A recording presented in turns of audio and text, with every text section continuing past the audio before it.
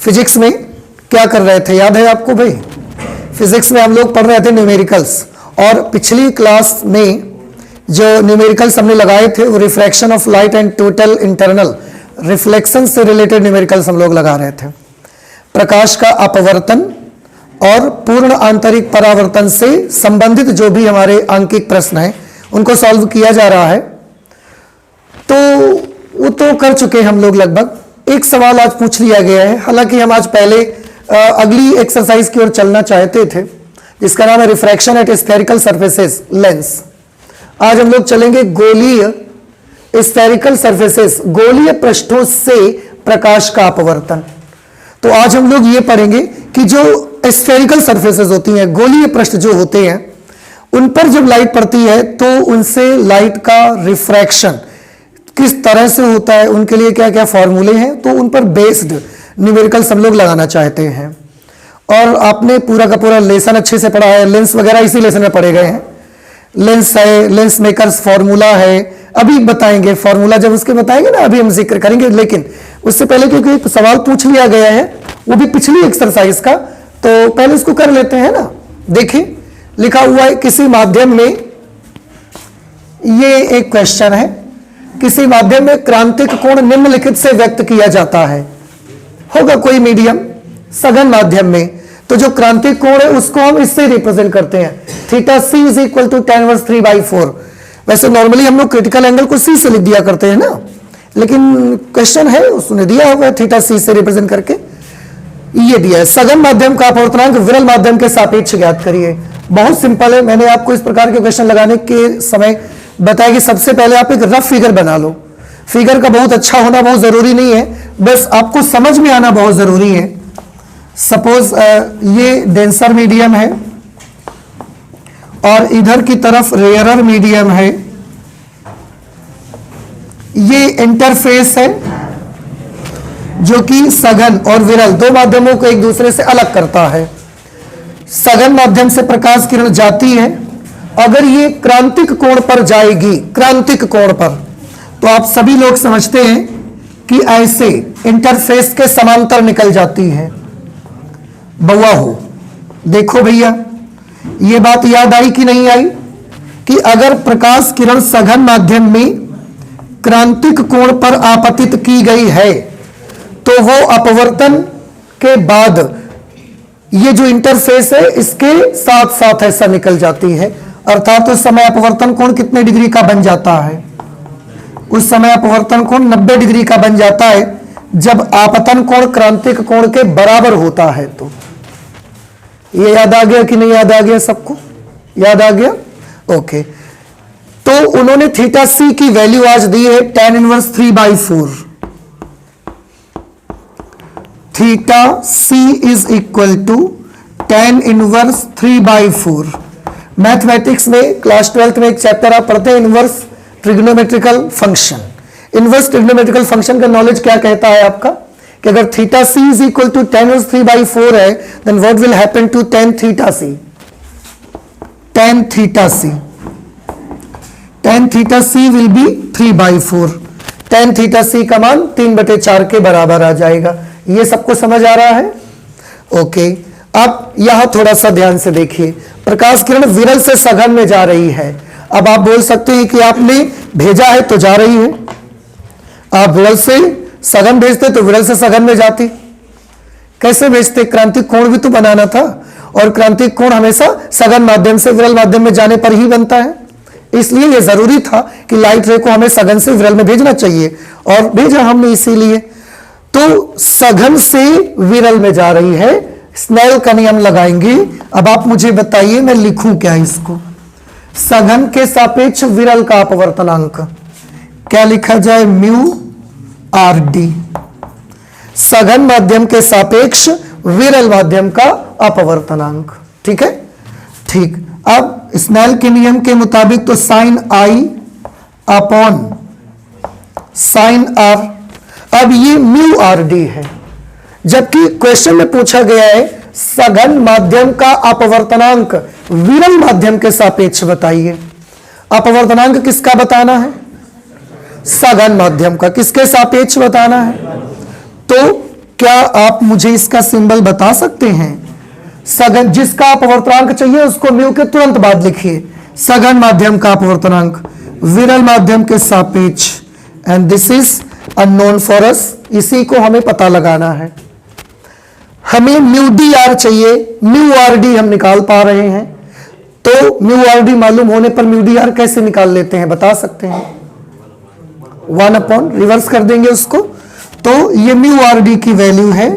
अगर हम mu D are आपसे पूछें तो आप बोलोगे कि इसको 1 अपॉन म्यू आर डी लिख दो। अब म्यू आर डी की वैल्यू अगर ये है तो 1 अपॉन म्यू आर डी की वैल्यू क्या हो जाएगी? Sine R upon sine I, ठीक है ना। अब और इसे सॉल्व कर लीजिए। Mu D R sine R, R की जगह पर कितना है बेटा? 90 डिग्री। साइन आई, आई की जगह पर हम लिख देंगे थीटा सी, साइन आई की जगह थीटा सी।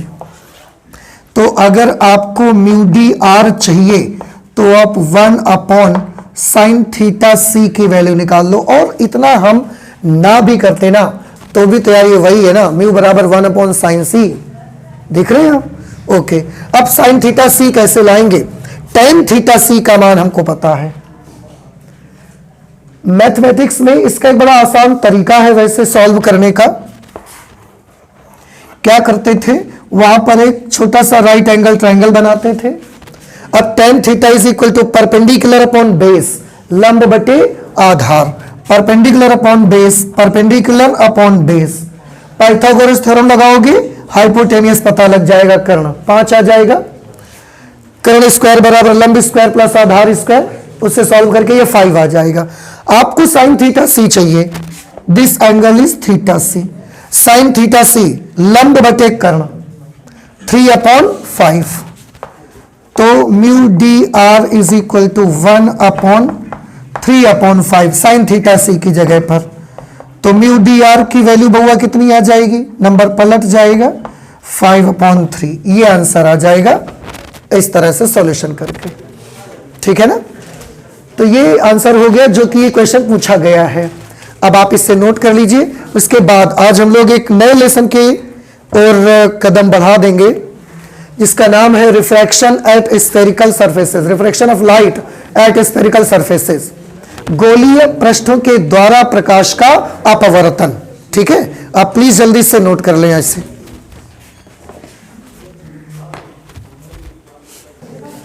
सबसे पहले तो प्रकाश का गोलीय पृष्ठों पर अपवर्तन से रिलेटेड इसके न्यूमेरिकल्स लगाने से पहले, जैसे हर लेसन के न्यूमेरिकल लगाने से पहले हम लोग उस लेसन से रिलेटेड कुछ फॉर्मूले वगैरह देखते हैं। तो आज भी वक्त आ गया क्योंकि हम लोग एक नया लेसन स्टार्ट करने जा रहे हैं, तो उससे रिलेटेड उसमें जो फॉर्मूले आए हुए हैं उनको एक बार देखने का ज़रूरत है आज। और उन्हीं पर बेस्ड जब न्यूमेरिकल हमको मिलेंगे तो हम सॉल्व करेंगे तो ज़्यादा समझ में आएगा और बड़ी आसानी रहेगी कैलकुलेशन में। ये जो लेसन है आपका प्रकाश का गोलीय पृष्ठों पर अपवर्तन, refraction of light at spherical surfaces, और इसी में लेंस आपको पढ़ने का मौका मिलेगा। आप थोड़ा सा याद करिए, इसमें सबसे पहले जब हम आर्टिकल पढ़ रहे थे तो ये पढ़ा हुआ था प्रकाश का गोलीय उत्तल पृष्ठ पर अपवर्तन, गोलीय अवतल पृष्ठ पर प्रकाश का अपवर्तन। उसमें एक फॉर्मूला आया करता था, उसको हम लोगों ने स्टडी किया हुआ था। तो गोलीय पृष्ठों पर अपवर्तन का सूत्र क्या होता है? गोलीय पृष्ठों पर अपवर्तन का सूत्र, गोलीय पृष्ठों पर अपवर्तन का सूत्र ये होता है n upon V minus 1 upon U is equal to n minus 1 upon R. याद आया आपको? अच्छा, इस फॉर्मूले पे जो सिंबल्स यूज हो रहे हैं ना, इनको एक नजर देख लेते हैं। n क्या चीज है? वो जो गोलीय पृष्ठ बना है वो जिस पदार्थ का बना है उस पदार्थ का अपवर्तनांक है। ये गोलीय पृष्ठ के माध्यम का अपवर्तनांक, वो जिस भी चीज का बना है उसका रिफ्रैक्टिव इंडेक्स ये यहां पर हम लोग यूज करा करेंगे। v क्या चीज है? v है इमेज डिस्टेंस। जो भी गोलीय पृष्ठ है उसका जो पोल रहेगा वहां से इमेज का जो डिस्टेंस होगा, ध्रुव से प्रतिबिंब की जो दूरी होगी उसको हम v से लिखा करेंगे।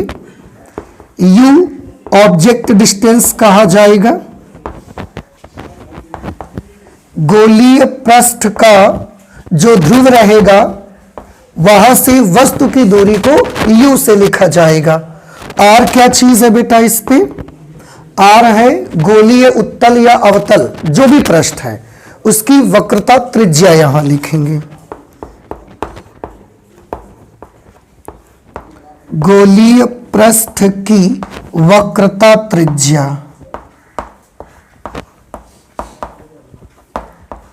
ये इसके सिंबल हैं, इन्हें आपको याद रखना है। निशान वगैरह के बारे में आपको पहले ही बताया जा चुका है और आपको ये तो ऐसी बातें हैं जो कि जल्दी नहीं भूलना चाहिए। जैसे निशान के बारे में बताया गया, अगर डिस्टेंसेस आप किरण के चलने की दिशा में नाप रहे हो, अगर आप दूरियां नाप रहे हैं और प्रकाश किरण की दिशा में नाप रहे हैं तो वो सारी दूरियां आपको कैसे लेनी है? पॉजिटिव। और अगर जो डिस्टेंस आप प्रकाश किरण के चलने की विपरीत दिशा में नाप रहे हैं वो सारी दूरियां कैसे लेनी चाहिए?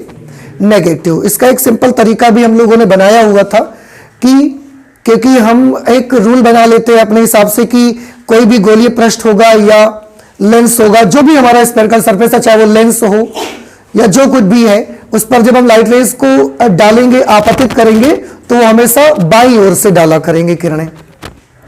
लेकिन बाईं ओर से डालेंगे, पर ऐसा जरूरी नहीं है कि हमेशा आपको फिगर में बाईं ओर से ही किरणें पड़ी मिलेंगी। कुछ ऐसा भी हो सकता है कि कभी कभी आपने बाईं ओर से डाला पर परावर्तन अपवर्तन होकर वो दाईं ओर से ऐसी किरण जा रही है। तो आपको एक बेसिक रूल याद रखना है कि अगर जो डिस्टेंसेस प्रकाश किरण के चलने की दिशा में नापी जा रही है वो पॉजिटिव साइन के साथ ली जाएंगी, और जो डिस्टेंसेस किरण के प्रकाश किरण के चलने की विपरीत दिशा में नापी जा रही है वो नेगेटिव साइन के साथ आपको लेना है। ठीक है, तो ये एक छोटा सा मतलब फॉर्मूला है। अब आपके मन में क्वेश्चन आ सकता है कि ये गोली उत्तल पृष्ठ के लिए लगेगा या गोली अवतल पृष्ठ के लिए, तो आप थोड़ा सा इसको भी याद करिए कि गोलीय पृष्ठ उत्तल हो या अवतल, दोनों के लिए सेम फॉर्मूला यूज होता है। तो गोली उत्तल पृष्ठ है तो भी यही लगेगा, गोली अवतल पृष्ठ है तो भी यही लगेगा। उसके लिए आपको परेशान होने की जरूरत नहीं है, बस डिस्टेंसेस को अच्छे से लीजिएगा निशान के साथ, क्योंकि निशान में थोड़ी सी अगर आपसे गलती हो रही है, आप मिस्टेक कर रहे हैं, तो आपकी वो मिस्टेक, आपका वो एरर पूरे क्वेश्चन को डिस्ट्रॉय कर देगा। पूरे क्वेश्चन पे वो एरर ऐसा फैल जाएगी बिल्कुल, और एरर का पूरे क्वेश्चन में फैलना जाहिर सी बात है, आंसर का डैमेज हो जाना, आंसर नहीं आएगा फिर आपका, और आप परेशान होते रहोगे। एग्जामिनेशन हॉल में आपको बड़ी दिक्कत होती है, वहां तो थोड़ी सी भी गलती होती है ना तो हम लोग बड़ी जल्दी पैनिक हो जाते हैं, मतलब बड़ी जल्दी भड़बड़ाहट हो जाती है कि अब क्या करें हम। तो इस तरीके से जब आप सवाल को सॉल्व करें उसमें शुरुआत में ही निशानों को बहुत अच्छे से लेना है, सोच समझ करके जो भी आपने स्टडी की है, और अगर आप ऐसा करते हैं तो आगे कहीं कोई प्रॉब्लम नहीं आनी है, सब बड़ा आसान होता है। न्यूमेरिकल्स अभी आपने इतने लेसन्स के न्यूमेरिकल सॉल्व किए, कुछ लगा कि इसमें बहुत डिफिकल्ट है। रही बात जोड़ घटाना गुणा भाग, वो तो आप बचपन से कर रहे हो, उसके बारे में मत सोचिए कि नहीं उसके न्यूमेरिकल हमने लगाया था उसमें बहुत गुणा करना पड़ा था, उसमें बहुत भाग देना पड़ा था, इससे हमें कोई फर्क नहीं पड़ता। भाग देना, जोड़ करना, गुणा करना, ये सब करना ये आपका जन्म सिद्ध अधिकार है और आप जन्म से कर रहे हो, इसलिए करिए उसको, मुझे फर्क नहीं पड़ता उससे। नेक्स्ट इस पे क्या लेना चाहिए मुझे? अगला फॉर्मूला जो मुझे दिख रहा है, लेंस में आ जाएंगे इसके बाद, और पतले लेंस द्वारा प्रकाश के अपवर्तन का सूत्र, जिसे आपने लेंस मेकर्स फॉर्मूला बोला था। लेंस मेकर्स फॉर्मूला आपको याद है? लेंस मेकर्स फॉर्मूला, लेंस जो मैन्युफैक्चरर होते हैं, जो लेंस को मैन्युफैक्चर करते हैं, उसको बनाते हैं, उनके पास बहुत अलग अलग तरीके के डाइज रहते हैं, साँचे रहते हैं, और उस पर वो ग्लास को डाल करके पिघला के डाल देते हैं और उससे लेंस बन जाता है। मेरी इन बातों से शायद आपको कुछ चीज याद आ गई हो कि किसके बारे में बात की जा रही है। वो एक फॉर्मूला था आपका जिसे हम लोगों ने लिखा था 1/f is equal to n-1 under bracket 1/r1 minus 1/r2। ठीक है ना। इसमें ये जो f आ रहा है, ये फिर से सिंबल देख लेते हैं। जो f आ रहा है ये लेंस के पदार्थ की फोकस दूरी है, वो भी वायु के सापेक्ष। क्योंकि नॉर्मली हम लेंस को कहां रखते हैं? नॉर्मली तो कोई लेंस को पानी में डुबा के नहीं रखता ना। नॉर्मली तो हम सब लोग लेंस बोले लेंस ले आओ तो लेंस का पानी में डुबा के लाओगे आप, लेंस को ऐसे ही एयर में लाएंगे हम। तो हवा के सापेक्ष वायु का अपवर्तनांक होगा। ये फोकस दूरी हवा में लेंस की फोकस दूरी है। लेंस की फोकस दूरी, लेंस की फोकस दूरी n है लेंस के पदार्थ का अपवर्तनांक, लेंस के पदार्थ का अपवर्तनांक।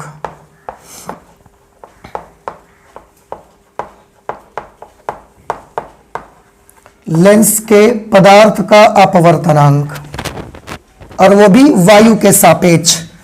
इसे चाहे अगर आपने म्यू से लिखा हो तो आप इसे म्यू लिख सकते हैं, तो आप m को लिख सकते हैं म्यू GA। क्यों? क्योंकि आप वायु में रखेंगे तो लेंस में जो प्रकाश किरण जाएगी उसको कहां से होकर जाना पड़ेगा? वायु से। तो वायु से कांच में किरण प्रवेश करेगी, इसलिए वायु के सापेक्ष कांच का अपवर्तनांक यहां लिखा जाता है इसमें। ठीक है ना, याद रखिएगा। अदरवाइज मैं बदल दूं इसको, m की जगह म्यू GA भी कर सकता हूं। कर दें? क्या ख्याल है आपका? कर दिया जाए, आप भी कर लो। म्यू GA -1, और ये वायु में फोकस दूरी हो जाएगी। फिर R1 क्या चीज है? लेंस में दो वक्र पृष्ठ होते हैं ना। आपका जो ये लेंस रहेगा बाई कन्वेक्स लेंस, उसमें ऐसा दो वक्र पृष्ठ रहेंगे, एक इधर वाला एक इधर वाला। इन दोनों वक्र पृष्ठों की त्रिज्याएं हैं। ये पहले वक्र पृष्ठ की त्रिज्या, प्रथम वक्र पृष्ठ की त्रिज्या, और R2 होगी द्वितीय वक्र पृष्ठ की त्रिज्या।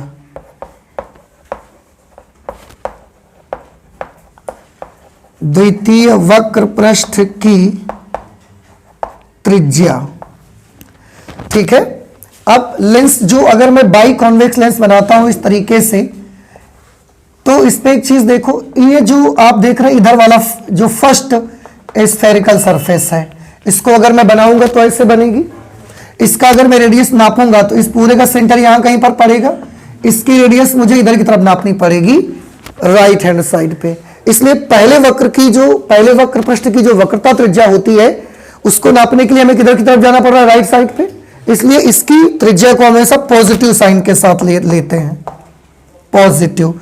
और R2 अगर नापनी है दूसरे वक्र पृष्ठ की वक्रता त्रिज्या, उसके लिए हमें लेफ्ट साइड पे आना पड़ेगा, और उस समय द्वितीय वक्र पृष्ठ की वक्रता त्रिज्या जो होगी वो नेगेटिव साइन के साथ ली जाया करेगी, जो भी उसकी वैल्यू होगी। ये लेंस मेकर्स फॉर्मूला रहेगा। इसके बाद इसे जब पानी में हम डुबाएंगे, देखो इसमें कई कंडीशन बन जाएंगी। अभी वायु में है तो वायु के सापेक्ष कांच का अपवर्तनांक ले रहे हैं, और इसमें मैं और कुछ मुझे याद आ रहा था। ठीक है, अगर हम इसको द्रव में डुबा देंगे, द्रव में कोई भी लिक्विड में आप इसको डुबा देंगे तो उस वक्त क्या होता है आपको थोड़ा सा याद होगा। द्रव में अगर आप डुबाएंगे तो उसके लिए फॉर्मूला, हाँ मैं ये कह रहा था आपसे, ये 1/FA है, और 1/F से लेंस की क्षमता को हम सॉल्व करते हैं। लेंस की क्षमता होती है ना 1/F, जबकि F काय में नापा गया हो, मीटर में नापा गया हो। तो अगर F को मीटर में नापा गया है तो 1/F लगाइए, और अगर सेंटीमीटर में नापा जा रहा है तो फिर 100/F लगाइए। ये क्षमता के लिए फॉर्मूला है। एक काम करते हैं, द्रव वाली कंडीशन बाद में लेते हैं, पहले क्षमता के लिए ले लेते हैं। लेंस की क्षमता, लेंस की क्षमता को P से रिप्रेजेंट करते हैं और फॉर्मूला लगाते हैं 1/F। अगर ये मीटर में है और इसका जो यूनिट होता है वो डायोप्टर होता है, और अगर F सेंटीमीटर में है तो यही फॉर्मूला हमारा बदल के हो जाएगा 100/F। पर याद रखें अगर ये फॉर्मूला आप लगा रहे हैं उस समय आपका जो F होना चाहिए वो सेंटीमीटर में होना चाहिए। P is equal to 100/F in centimetre dioptre, ये क्षमता का फॉर्मूला होगा। उत्तल लेंस की क्षमता पॉजिटिव लिखी जाएगी, अवतल लेंस की क्षमता को नेगेटिव से लिखेंगे।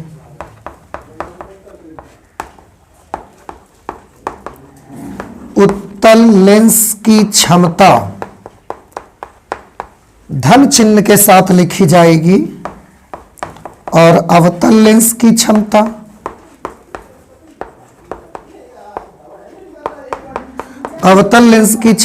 नेगेटिव साइन के साथ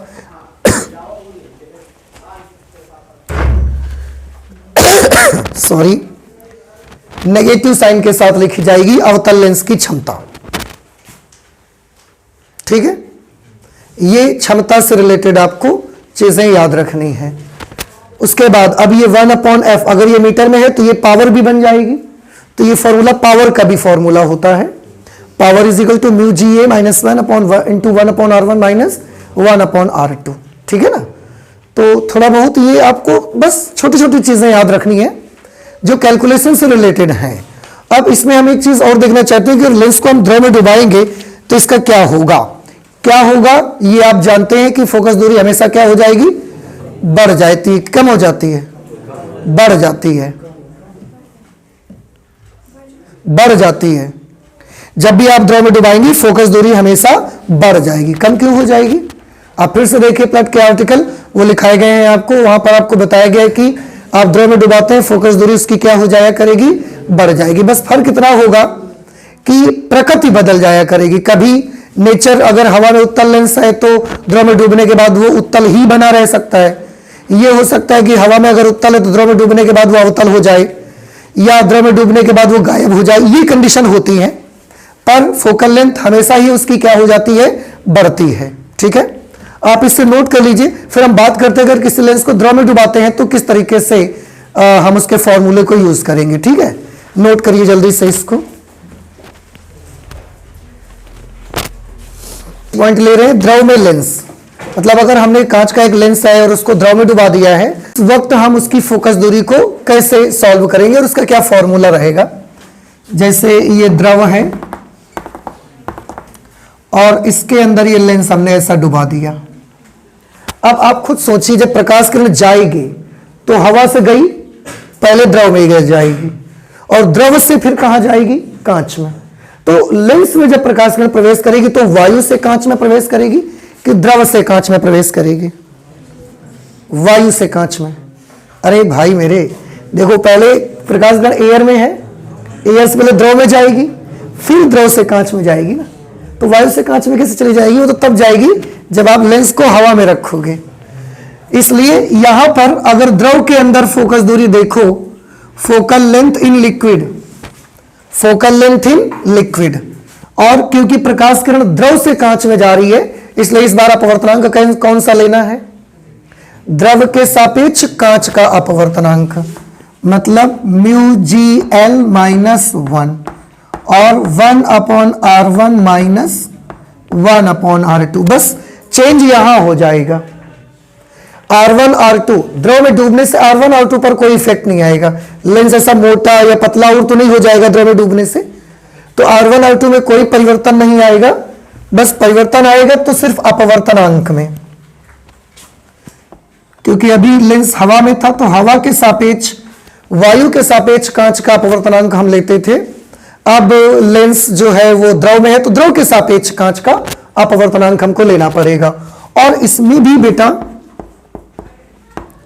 μGL को क्या लिख सकते हैं, μGL को लिख सकते हैं μGA upon μLA - 1। L stands for liquid, 1/R1 minus 1/R2। ये द्रव के भीतर लेंस की फोकस दूरी है। सॉरी, वायु में अगर हम देखें तो वायु में अभी आपने फॉर्मूला देखा था μGA - 1 into 1/R1 minus 1/R2। r2। ये वायु में लेंस की फोकस दूरी है। अगर हम इसको डिवाइड कर दें, हम एक काम करते हैं, इक्वेशन 2 में इक्वेशन 1 से डिवाइड करेंगे। Equation 2 is divided by equation number 1। इसको ऊपर लिखना है, इसको नीचे लेना है। तो 1/FA upon 1/FL is equal to, जब इसमें इससे डिवाइड करेंगे तो ये 1/R1 माइनस 1/R2 से 1/R1 माइनस 1/R2 कैंसिल हो जाएगा। ये ऊपर रहेगा, ये नीचे आ जाएगा। तो ये आ जाएगा mu G A minus 1 upon mu G A upon mu L A minus 1। तब तक ये नंबर पलट जाएगा, पलट करके ये बन जाएगा FL, और इस FL अपॉन FA, फिर FA उधर भेज देंगे। तो इसका ये फॉर्मूला आ जाता है FA into mu G A minus 1 upon mu G A upon mu L A minus 1। अगर आपको किसी लेंस की द्रव के अंदर फोकस दूरी मालूम है, नहीं सॉरी, वायु में फोकस दूरी अगर मालूम है, वायु के सापेक्ष कांच का अपवर्तनांक मालूम है, वायु के सापेक्ष द्रव का अपवर्तनांक मालूम है, तो ये वो फॉर्मूला है जिसकी मदद से आप द्रव के अंदर लेंस को डुबा देंगे, उस वक्त उसकी फोकस दूरी कितनी होगी आप इस फॉर्मूले से निकाल सकते हैं। ठीक है ना? तो ये थोड़ा सा याद रखिएगा, FL is equal to FA mu G A minus 1 upon mu G A upon mu L A minus 1। ये फॉर्मूला यूज हुआ करेगा। और फोकस दूरी हमेशा द्रव में डुबाने से क्या होती है? बढ़ जाती है। हाँ, नेचर बदल जाएगा। नेचर कैसे बदल जाएगा थोड़ा ध्यान से देख लीजिएगा। नेचर के लिए आपको हमने एक बड़ा सिंपल तरीका बताया था, अगर आपको याद हो तो, क्योंकि आप एक लेंस को द्रव में डुबाओगे जाकर के, तो लेंस के पदार्थ का भी अपना कुछ अपवर्तनांक है। कांच का बना है तो कांच का है, जिस चीज का बना है उसका अपना एक रिफ्रैक्टिव इंडेक्स है, और जिस द्रव में डुबाने गए हो उस द्रव का भी तो अपना एक अपवर्तनांक होगा। ठीक, तो दो चीजें हो गई, क्या? एक लेंस के पदार्थ का अपवर्तनांक और एक जिस द्रव में हम डुबाने जा रहे हैं उस द्रव का अपवर्तनांक। आप सिंपल लैंग्वेज में एक चीज याद कर लीजिए, जैसे बाई चांस अगर लेंस का अपवर्तनांक ज्यादा है और जिस द्रव में डुबाने जा रहे हैं उसका अपवर्तनांक कम है, ध्यान आ रहा है कुछ? किसका अपवर्तनांक ज्यादा है? लेंस के पदार्थ का रिफ्रैक्टिव इंडेक्स ज्यादा है और लिक्विड का रिफ्रैक्टिव इंडेक्स कम है। तो जब हम लेंस को द्रव में डुबोएंगे तो रिफ्रैक्टिव इंडेक्स ज्यादा किसका है? लेंस के पदार्थ का। तो ताकत किसकी ज्यादा होगी? लेंस की कि द्रव की? लेंस की ताकत भी ज्यादा होगी, इसलिए द्रव उसको बदलने की कोशिश करेगा, पर क्योंकि लेंस की पावर कैसी है? ज्यादा, तो वो नेचर नहीं छोड़ेगा अपना। इसका मतलब साफ है कि अगर लेंस के पदार्थ का अपवर्तनांक ज्यादा है और द्रव का अपवर्तनांक कम है, तो जब आप ऐसे लेंस को द्रव में डुबाओगे तो द्रव उसको बदलने की कोशिश करेगा, लेकिन लेंस अपना नेचर नहीं बदलेगा। अर्थात अगर कोई लेंस हवा में उत्तल है तो ऐसे द्रव में डूबने के बाद भी कैसा रहेगा? उत्तल रहेगा। अगर कोई लेंस हवा में अवतल है तो द्रव में डूबने के बाद भी अवतल ही रहेगा। ये तो ऐसे मैंने बता दिया है। इसका जो साइंटिफिक रीजन है, जो इसका थ्योरी से क्यों ऐसा होता है, ये सब जब थ्योरी पढ़ाई गई आपको एक एक डिटेल बताई गई है। आपको अगर फिर से वो सीखना है कि क्यों ऐसा होता है, तो आप जाकर उस वीडियो को देखिए, वहां से आपको पूरी अंदर तक की बात पता चल जाएगी, डिटेल पता चल जाएगी। क्योंकि ये आप न्यूमेरिकल सॉल्व करें उतना वक्त नहीं हमारे पास, इसलिए हम ऐसे ही आपको बताएंगे। आपको पूरी डिटेल देखनी है तो जिस वीडियो में ये पढ़ाया गया है उस वीडियो को निकाल के आप देख सकते हैं। ठीक है। दूसरा, अगर लेंस के पदार्थ का अपवर्तनांक कम है और जिस द्रव में हम डुबाने जा रहे हैं उसका अपवर्तनांक ज्यादा है, तो अब जब डुबाओगे आप, अब किसका अपवर्तनांक ज्यादा है?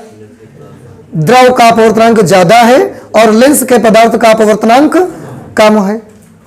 तो अब जब आप द्रव में डुबाओगे तो द्रव उसको पकड़ करके उसका नेचर बदल देगा।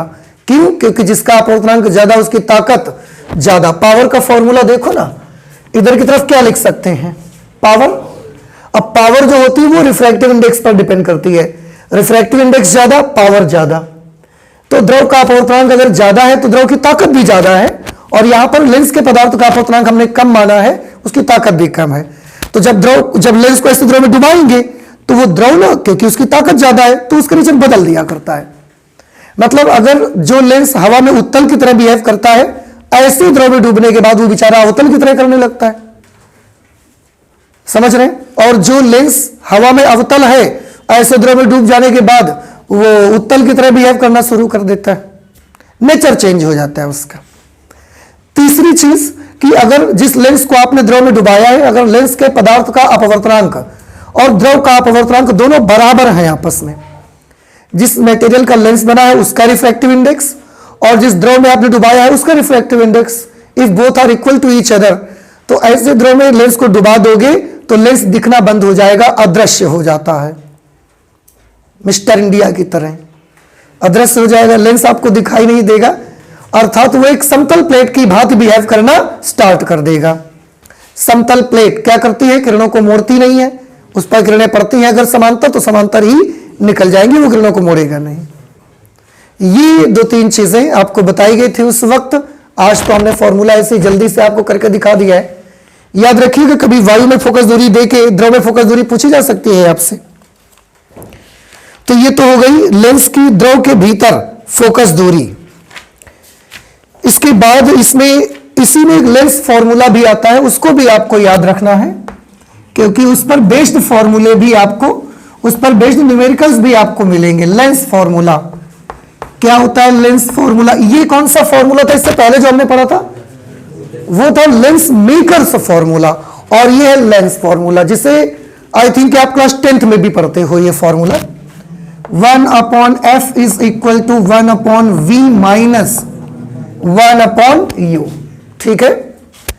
f क्या चीज है? लेंस की फोकस दूरी, लेंस की फोकस दूरी,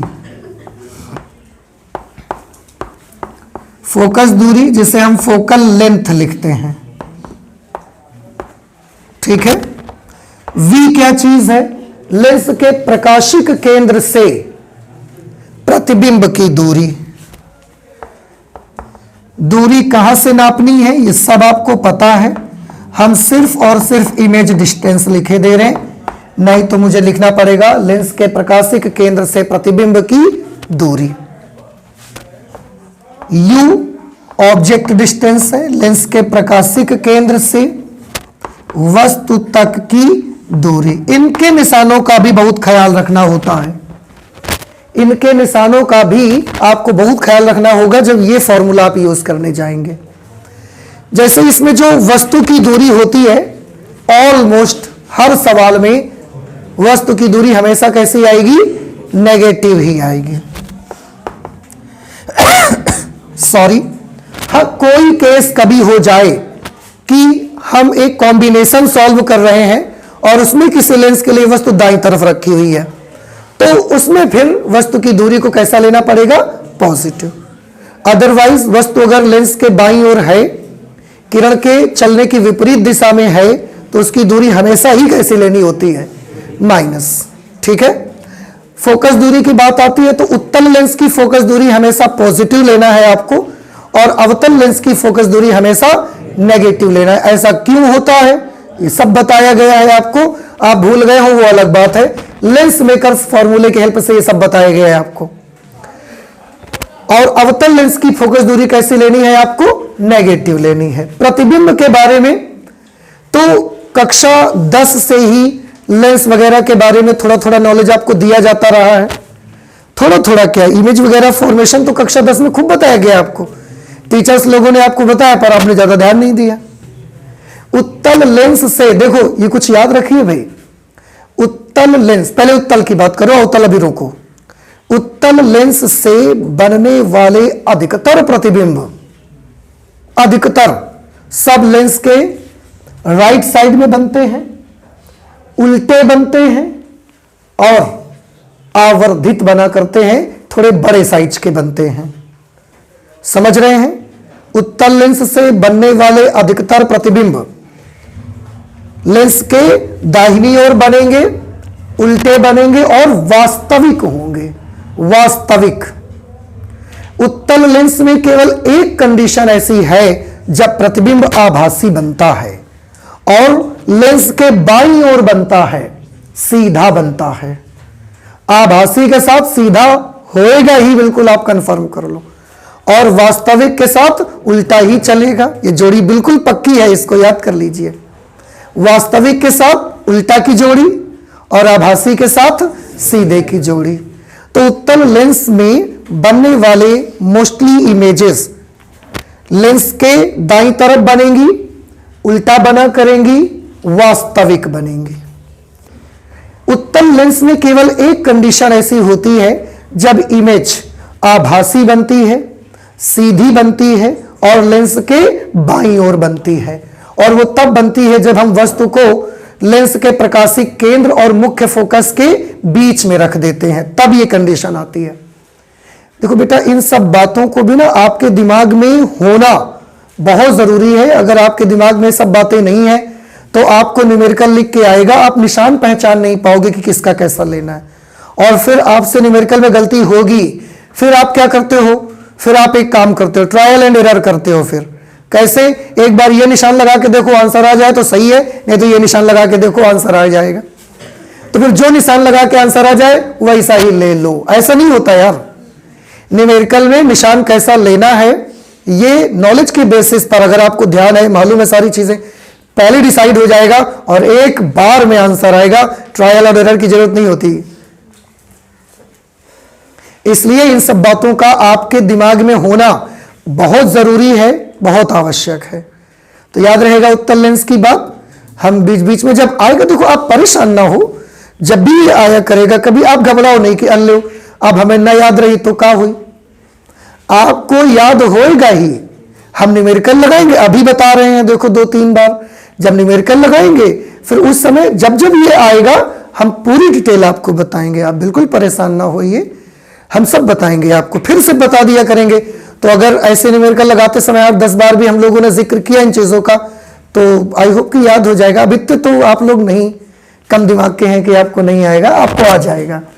फिलहाल फिर से एक बार सुन लीजिए, बात मैंने किसकी की, उत्तल लेंस की। उत्तल लेंस से बनने वाले ज्यादातर इमेजेस, वस्तु तो हमेशा बाईं ओर रहेगी, वो तो रहना ही रहना उसको। अधिकतर इमेजेस कहां बनेंगी, लेंस के दाईं ओर बनेंगी। कैसी बना करेंगी, वास्तविक बनेंगी, और उनका ओरिएंटेशन कैसा होगा, उल्टा बना करेगी। तो अधिकतर सभी इमेजेस उत्तल लेंस में केवल एक कंडीशन ऐसी है, अगर आपकी वस्तु लेंस के प्रकाशीय केंद्र और मुख्य फोकस के बीच रखी है तो फिर वो लेंस के बाईं ओर ही बनती है, सीधी बनेगी, आभासी बनेगी और साइज भी उसका छोटा होता है, बड़ा होता है। छोटा होता है कि बड़ा होता है, बड़ा ही होता है। साइज उसका कैसा होगा, बड़ा होगा। तभी तो उत्तल लेंस से किताब के अक्षरों को हम बड़ा करके देखते हैं, बड़ा बनेगा, उत्तल लेंस बड़ा बनाएगा। ठीक है। अवतल लेंस में क्या होगा, अवतल लेंस में सब कंडीशन के लिए एक ही टाइप का फिगर। कैसा, लेंस के दाईं ओर तो कोई फिगर जाएगा ही नहीं उसका, सारे के सारे फिगर लेंस के बाईं ओर ही बनेंगे। और कैसे बनेंगे, छोटे बनेंगे कि बड़े, छोटा बना करेगा। सीधा होगा कि उल्टा, सीधा होगा। वास्तविक होगा कि आभासी, आभासी होगा। तो अवतल लेंस की हर स्थिति के लिए, हर स्थिति के लिए जो प्रतिबिंब आपका बनेगा वो कैसा बनेगा, सीधा, आभासी, छोटा और लेंस के बाईं ओर। और उत्तल लेंस में हालांकि अलग अलग कंडीशन के लिए अलग अलग है, लेकिन मैंने 2 बातें केवल बताई हैं आपको कि वास्तविक और उल्टा बनेगा ज्यादातर। एक कंडीशन होगी जब आभासी और सीधा बनेगा उत्तल लेंस में, और आवर्धित भी होगा उस समय वो। ठीक है, इन चीजों का अगर आप ध्यान रखेंगे तो इससे जुड़े सारे न्यूमेरिकल आप लगा लेंगे, कहीं कोई प्रॉब्लम नहीं होगी, कोई ट्रायल और एरर करने की जरूरत नहीं पड़ेगी। एक बार में आप निशान भी मानोगे और एक ही बार में कैलकुलेशन होगी, आंसर भी आएगा आपका। ठीक है, इसी से जुड़ा हुआ बउआ एक चीज और हम आपको बताना चाहते हैं, आपको याद दिलाना चाहते हैं। बताना तो तब होता है जब पहली बार बताते हैं, अभी आपको याद दिलाना चाहते हैं। आवर्धन के लिए फॉर्मूला आपका आया करेगा, आवर्धन का फॉर्मूला इस पे आएगा। फॉर्मूला होता है V upon U is equal to HI upon HO। HI height of image, HO height of object.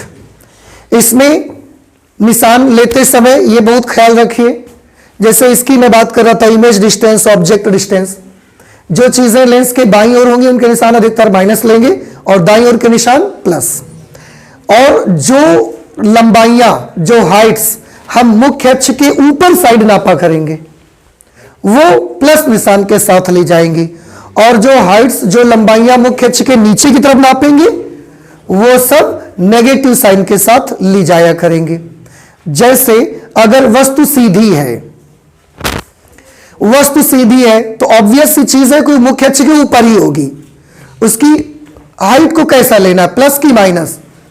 Plus. अगर प्रतिबिंब उल्टा है तो सीधी सी बात है कि वो मुख्य अक्ष के नीचे की ओर बना होगा, तो नीचे की तरफ हाइट उसकी नापनी पड़ेगी, तो उसकी हाइट को हम कैसे लेंगे? नेगेटिव साइन के साथ में। इस तरह से मुख्य अक्ष के ऊपर नापी गई सभी दूरियां पॉजिटिव साइन के साथ और मुख्य अक्ष के नीचे की तरफ नापी गई सभी दूरियां नेगेटिव साइन के साथ लेनी है आपको। समझ आ रहा है कुछ? इसीलिए सीधे प्रतिबिंबों का जो आवर्धन होता है वो पॉजिटिव हुआ करता है और उल्टे प्रतिबिंबों का आवर्धन नेगेटिव होता है। इसको भी आप याद रखिए, ऑप्शनल क्वेश्चन में बहुत काम देता है ये। अगर प्रतिबिंब सीधे बन रहे हैं तो उनका मैग्निफिकेशन, उनका आवर्धन कैसा आएगा? पॉजिटिव। अगर प्रतिबिंब उल्टा बना हुआ है तो उसका आवर्धन कैसा आएगा? नेगेटिव आएगा, है ना। बस छोटी मोटी चीजें याद रखिए, बाकी डरिए नहीं, हम तो हैं हर वक्त आपके साथ में।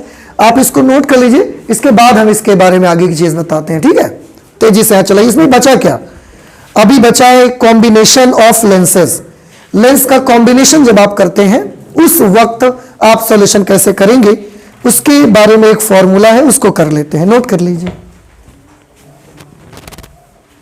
लेंस कॉम्बिनेशन लेते हैं कि अगर हम एक से ज्यादा, जो दो लेंसेज को अगर हम एक दूसरे के साथ सटा कर रखते हैं, उनको एक दूसरे के साथ कंबाइंड करते हैं, जोड़ के रखते हैं आपस में, तो उसकी तुल्य फोकस दूरी क्या होगी और उससे रिलेटेड चीजें।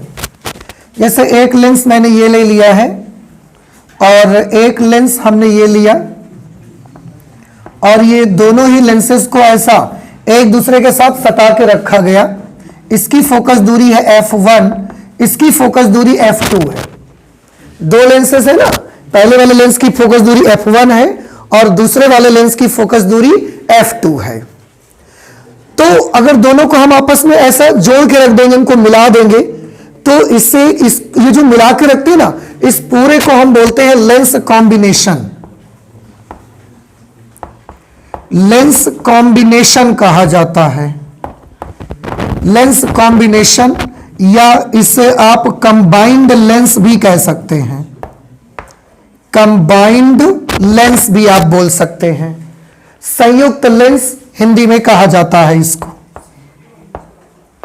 संयुक्त लेंस। अब बात ही आती है कि जो दो लेंस आपने कंबाइंड करके रखे हैं, उनमें से एक लेंस की फोकस दूरी f1 है, दूसरे लेंस की फोकस दूरी f2 है, तो जब जोड़ के रखेंगे and it will become a lens combination, then what will be the focus दूरी ऑफ दिस लेंस कॉम्बिनेशन। क्या फोकल लेंथ होगा इसका, उस लेंस कॉम्बिनेशन का। तो लेंस कॉम्बिनेशन की फोकस दूरी के लिए आप एक फॉर्मूला लगाएंगे, 1 upon capital F is equal to 1 upon F1 plus 1 upon F2। F1 पहले लेंस की फोकल लेंथ है, दूसरे लेंस की फोकल लेंथ है, और ये लेंस कॉम्बिनेशन की फोकल लेंथ आप यहां से निकाल लिया करेंगे। हाँ, फिर ये बात आ जाएगी कि अगर एक उत्तल और एक अवतल लगाया है तो क्या होगा। तो जो उत्तल लेंस होगा उसकी फोकस दूरी पॉजिटिव साइन के साथ लेंगे, और जो अवतल लेंस होगा उसकी फोकस दूरी नेगेटिव साइन के साथ ले लिया करेंगे। फिर ये कर लेंगे हम। इसी में 1 अपॉन F, अगर ये सारी फोकस दूरियां मीटर में है तो आप देख सकते हैं 1 upon F, f lens combination की फोकल लेंथ है, इसलिए 1/f लेंस कॉम्बिनेशन की पावर बन जाएगी। ये लेंस कॉम्बिनेशन की पावर ऑफ कंबाइंड लेंस, ये पहले लेंस की पावर होगी P1, ये दूसरे लेंस की पावर होगी P2। इसका मतलब है कि अगर आपको लेंस कॉम्बिनेशन की पावर मालूम करनी है, लेंस कॉम्बिनेशन की पावर मालूम करनी है, तो पावर कैसे मालूम करेंगे? पहले लेंस की पावर और दूसरे लेंस की पावर दोनों को आपस में क्या कर दिया करेंगे? ऐड कर दिया करेंगे, उनको जोड़ दिया करेंगे निशान सहित। उत्तल लेंस की पावर पॉजिटिव और अवतल लेंस की पावर नेगेटिव होगी ना, तो निशान सहित आप उसको जोड़ दिया करेंगे, उससे लेंस कॉम्बिनेशन की पावर आपको मिल जाएगी। इस तरह से लेंस कॉम्बिनेशन के आपके क्वेश्चंस भी आ सकते हैं। इसमें भी कुछ कंडीशंस बताई गई थी आपको। फिलहाल न्यूमेरिकल के लिए जो जरूरी है वो हमने आपको बता दिया है।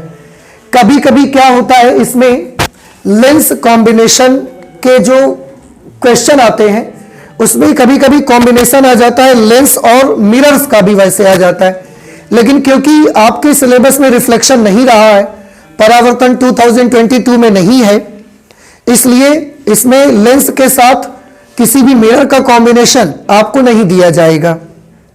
सुनिए, ये मैंने क्या देखा है? Lens combination. हम लेंस का कॉम्बिनेशन लेंस के साथ भी बनाते हैं, यहां बनाया है एक लेंस का कॉम्बिनेशन दूसरे लेंस के साथ। हम लेंस का कॉम्बिनेशन मिरर के साथ भी बनाते हैं, मिरर के साथ भी बनाते हैं, लेकिन क्योंकि 21 और 22 के लिए आपके सिलेबस में रिफ्लेक्शन यानी कि परावर्तन नहीं रहा, इसलिए, और मिरर से क्या होगा? परावर्तन, इसलिए वो न्यूमेरिकल्स आपको नहीं दिए जाएंगे। अदरवाइज लेंस के साथ मिरर को कंबाइन करके भी हम बनाते हैं, और कंबाइन करने का मतलब हमेशा ये नहीं होता है कि आपको उन्हें ऐसे सटा के ही रखना है। आप ऐसे भी रख सकते हैं, लेंस यहां रख दिया, मिरर यहां रख दिया, इसके सामने वस्तु रखी, तो उससे आने वाली किरणें पहले इस लेंस से अपवर्तित होंगी, फिर लेंस के बाद दर्पण से परावर्तित होंगी, फिर वो जहां मिलेंगी जाके वहां पर उसका इमेज बनेगा। तो उसकी भी न्यूमेरिकल्स आया करते थे, पर इस बार नहीं आने चाहिए क्योंकि रिफ्लेक्शन आपके सिलेबस में नहीं है। और बस वैसे तो जितना भी ये हो सकता था, इसमें जितने फॉर्मूले हो सकते थे मैंने बताए, और अगर आप कुछ रह भी गया होगा ना तो हम उसको उस वक्त देख लेंगे जब न्यूमेरिकल बता रहे होंगे, ठीक है? तो आप इसको नोट करिए, कुछ देखते हैं, न्यूमेरिकल्स लगाते हैं एक आध। ओके, नोट करिए जल्दी से इसे। आप पहला न्यूमेरिकल मैंने लिखा है, आप देखिए। लगा एक समतल उत्तल लेंस में उत्तल पृष्ठ की वक्रता त्रिज्या 10 सेंटीमीटर है। समतल उत्तल लेंस आप समझते हैं, समतल उत्तल लेंस जिसका एक पृष्ठ समतल होगा और दूसरा पृष्ठ ऐसा उत्तल बना होगा, उभरा हुआ बना होगा, तो ये होता है समतल उत्तल लेंस। बोल रहे एक उत्तल पृष्ठ की वक्रता त्रिज्या 10 सेंटीमीटर है, इसमें दो पृष्ठ है, एक इधर है एक इधर है। इसकी वक्रता त्रिज्या पहले वाले की R1 माना करते हैं और दूसरे वाले की R2 मानते हैं। तो अभी तक जितना पढ़ा गया क्वेश्चन उसके मुताबिक R1 का मान और R2 की वैल्यू कितनी लिखी जाए बताइए? R1, इस पृष्ठ की वक्रता त्रिज्या कितनी होगी? समतल पृष्ठ है, समतल पृष्ठ की वक्रता त्रिज्या अनंत होती है, तो इन्फिनिटी, और क्योंकि इसे हम राइट साइड में नाप रहे हैं तो ये प्लस निशान के साथ ली जाएगी। R2, इसकी वक्रता त्रिज्या हमको इधर नापनी पड़ेगी लेफ्ट साइड पे, इसलिए इसकी वक्रता त्रिज्या नेगेटिव, और ये पृष्ठ कैसा है? उत्तल है, और उत्तल पृष्ठ की वक्रता त्रिज्या दी गई है आपको 10 सेंटीमीटर, तो हमने माइनस के साथ 10 सेंटीमीटर ले लिया। अब ये मुझे बताओ कि क्या इतने में कोई प्रॉब्लम है आपको? देखो निशान भी समझ आ रहे हैं ना आपको सबको, ठीक। लेंस की फोकस दूरी 30 सेंटीमीटर है, फोकस दूरी हमने ले लिया 30 सेंटीमीटर। लेंस के पदार्थ का अपवर्तनांक क्या होगा? लेंस के पदार्थ का अपवर्तनांक, वैसे कोई द्रव्य तो डुबा के रखा नहीं हमने, उसको हवा में रखा, तो वायु के सापेक्ष ही आपको इसकी अपवर्तनांक पता लगा रहा है। अभी देखिए, जो शुरुआत में हम लोग न्यूमेरिकल स्टार्ट कर रहे हैं, छोटे छोटे न्यूमेरिकल लेंगे पहले, क्योंकि आप छोटे छोटे न्यूमेरिकल्स लगाने से जब आदत बनेगी आपकी, फिर आप बड़े बड़े न्यूमेरिकल भी सॉल्व कर लेंगे। तो पहले आसान आसान से लेंगे और इसके बाद धीरे धीरे उनका डिफिकल्टी लेवल बढ़ाते जाएंगे। देख के बताओ बेटा कौन सा फॉर्मूला यूज करना चाहिए ऐसी सिचुएशन पर मुझे, कौन सा? लेंस मेकर्स फॉर्मूला, ठीक है ना, उस फॉर्मूले में सब मिलेगा आपको। तो lens makers formula,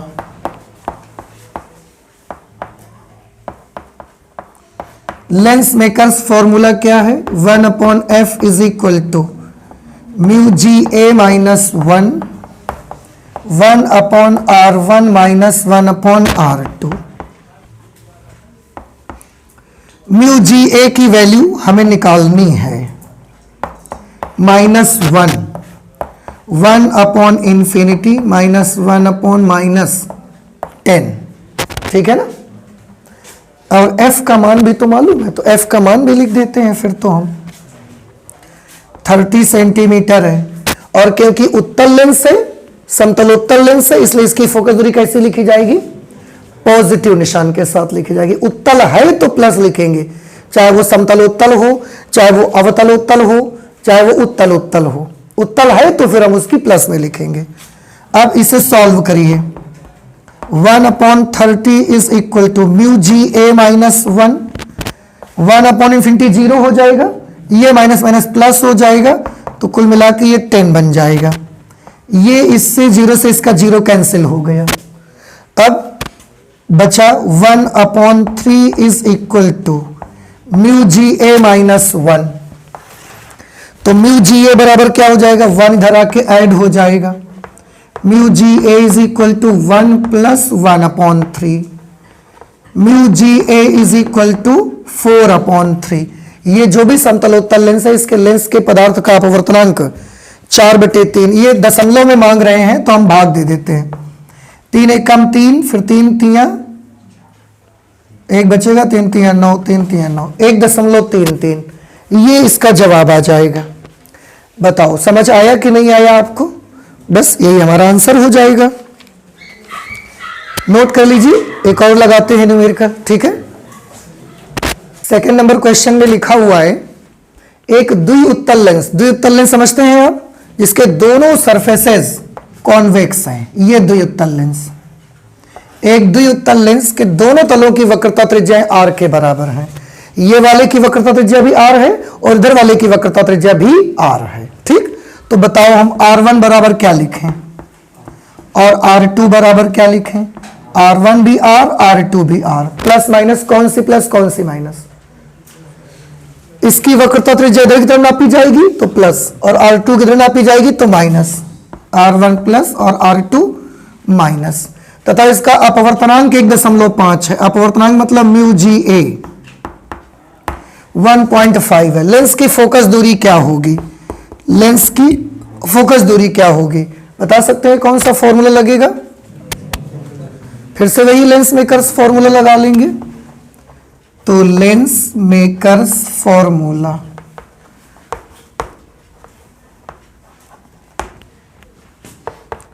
one upon F is equal to mu G A minus 1/r1 minus 1/r2।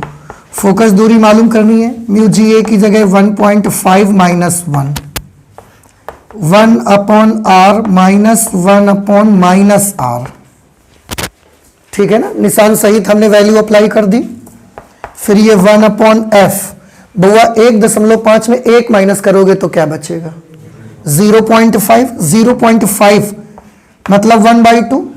भाई 0.5 का मतलब क्या होता है? हाफ। हाफ यानी कि 1/2 इंटू, थोड़ा ध्यान से देखिएगा, ये माइनस और माइनस मिलके क्या हो गए? तो ये 1/r प्लस 1/r, ये हो गया 2/r। ये 2 से ये 2 cancel. 1/f is equal to 1/r, then f is equal to r। और एक चीज समझ लीजिए, ये न सिर्फ एक क्वेश्चन है, बल्कि एक बड़ी अच्छी बात भी आपको बता रहा है, अगर आपको याद रह जाए तो। क्योंकि इन चीजों का यूज हम कॉम्पिटिटिव एग्जामिनेशन तक में करते हैं। कब? थोड़ा ध्यान से देखिएगा। अगर एक द्विउत्तल लेंस है और उसके पदार्थ का अपवर्तनांक 1.5 है और उसके दोनों पृष्ठों की वक्रता त्रिज्याएं भी आपस में बराबर हैं, तो ऐसे लेंस की फोकस दूरी उसके एक पृष्ठ की वक्रता त्रिज्या के बराबर आती है। F is equal to R. ये याद रख लीजिए, कॉम्पिटिटिव एग्जामिनेशन में इसी प्रकार का क्वेश्चन दिया जाता है। देते हैं एक द्विउत्तल लेंस में दोनों पृष्ठों की वक्रता त्रिज्याएं 25 सेंटीमीटर हैं। लेंस के पदार्थ का अपवर्तनांक 1.5 है, तो लेंस की फोकस दूरी ज्ञात करिए। अब अगर आपको ये पता है तो आप बिना सॉल्व करे वहां पर जो A B C D option है आप तुरंत समझ गए कि इसकी फोकस दूरी क्या आएगी, 25 सेंटीमीटर, तो आपने 25 पे टिक कर दिया। और अगर आपको नहीं आता है तो पहले आप हल करोगे और सॉल्व करने में 1-2-3 मिनट बर्बाद करेंगे आप अपने, और जिसको आता है वो बच्चा टाइम बर्बाद नहीं करेगा, वो तुरंत कर लेगा। तो याद कर लीजिए, ये कंडीशन है। अगर कोई लेंस ऐसा है जिसके पदार्थ का अपवर्तनांक 1.5 है और उसके दोनों पृष्ठों की वक्रता त्रिज्याएं बराबर हैं, तो उसकी जो फोकस दूरी होती है वो उसकी वक्रता त्रिज्या के बराबर आ जाएगी। फोकस दूरी वक्रता त्रिज्या के बराबर आ जाएगी। ना समझ में आया? आगे कभी ऐसा कोई क्वेश्चन मिलेगा, आंसर पहले बता देंगे, कैलकुलेट तो कर लेंगे हम, वो अलग बात है, लेकिन अगर ऐसा मिलता है तो आंसर हम बता सकते हैं तुरंत से आपको। ठीक रहेगा? तो ये हमने दूसरा न्यूमेरिकल लगाया। तो आज हमने फिजिक्स में क्या किया है? आज हमने फिजिक्स में सबसे पहले तो फॉर्मूले रिवाइज किए, इस लेसन में जो भी फॉर्मूले यूज होने हैं, और उसके बाद उन पर बेस्ड 2 क्वेश्चंस भी हमने लगाए। अब ये मुझे बताइए कि क्या आप सभी लोगों को ये चीज समझ में आ रही है? किसी को कोई डाउट तो नहीं है? आप भी घर में ट्राई कर सकते हैं और मुझे पूरा भरोसा है आप पर कि आपसे भी न्यूमेरिकल्स बनेंगे, आपसे भी न्यूमेरिकल्स के आंसर आएंगे। तो आप भी लगाइए, प्रैक्टिस जरूर करते रहिए। देखिए, रोज चलते समय हम आपसे यही कहते हैं कि आप तैयारी जरूर करते रहिएगा, क्योंकि वक्त कम है और काम ज्यादा है, इसलिए तैयारी आपकी कम नहीं होनी चाहिए। ठीक है? एग्जामिनेशन में अच्छे मार्क्स स्कोर करने के लिए आप जितना ज्यादा प्रैक्टिस करेंगे उतना ही ज्यादा अच्छा रहेगा। समझ रहा है आपको? तो ठीक है, चलते हैं, फिर मिलते हैं अगली क्लास में। Okay, thank you.